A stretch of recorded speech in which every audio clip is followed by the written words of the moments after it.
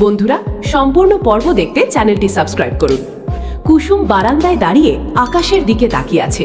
তার চোখে জল, মনে হাজারো প্রশ্ন।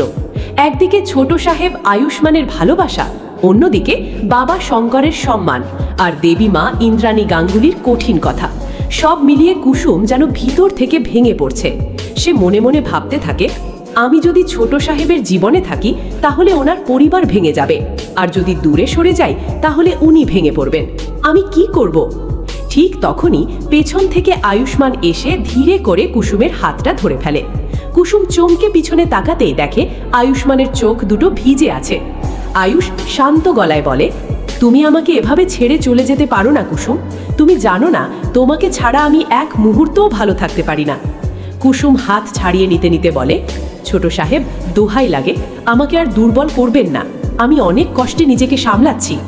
আয়ুষ তখন আরও কাছে এসে বলে, আমি একটা প্রতিজ্ঞা করছি কুসুম, সারা জীবন আমি মাকে সম্মান করব, মায়ের সব কথা শুনব, কিন্তু তোমাকে কোনো দিনও আমার জীবন থেকে হারিয়ে যেতে দেব না। এটা আয়ুষ্মান গাঙ্গুলির প্রমিস। এই কথা শুনে কুসুমের চোখ দিয়ে জল গড়িয়ে পড়ে।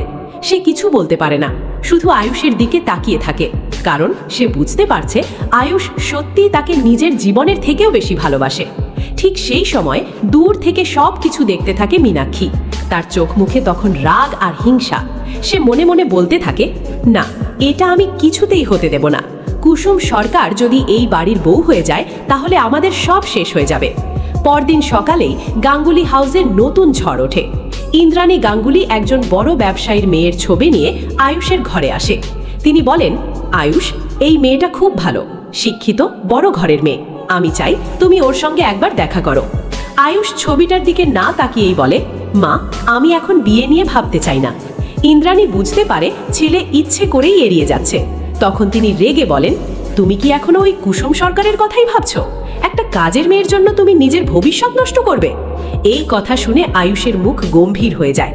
সে ধীরে বলে, মা, কুসুম শুধু কাজের মেয়ে নয়, ও মানুষের মতো মানুষ।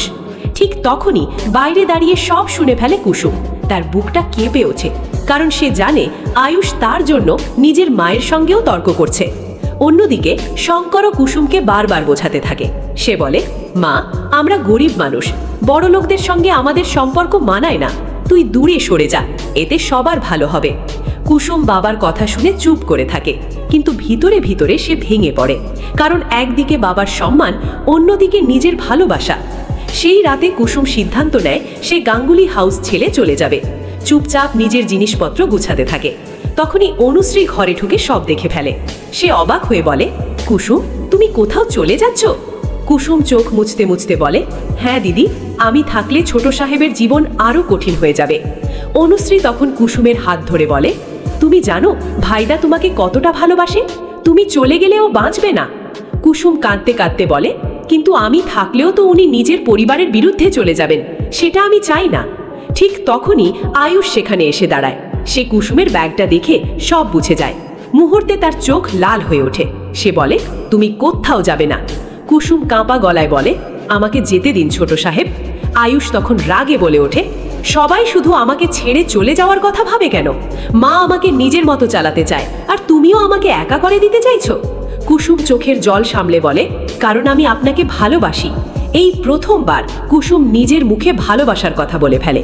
মুহূর্তে পুরো ঘর নিস্তব্ধ হয়ে যায়। আয়ুষ অবাক হয়ে কুসুমের দিকে তাকিয়ে থাকে।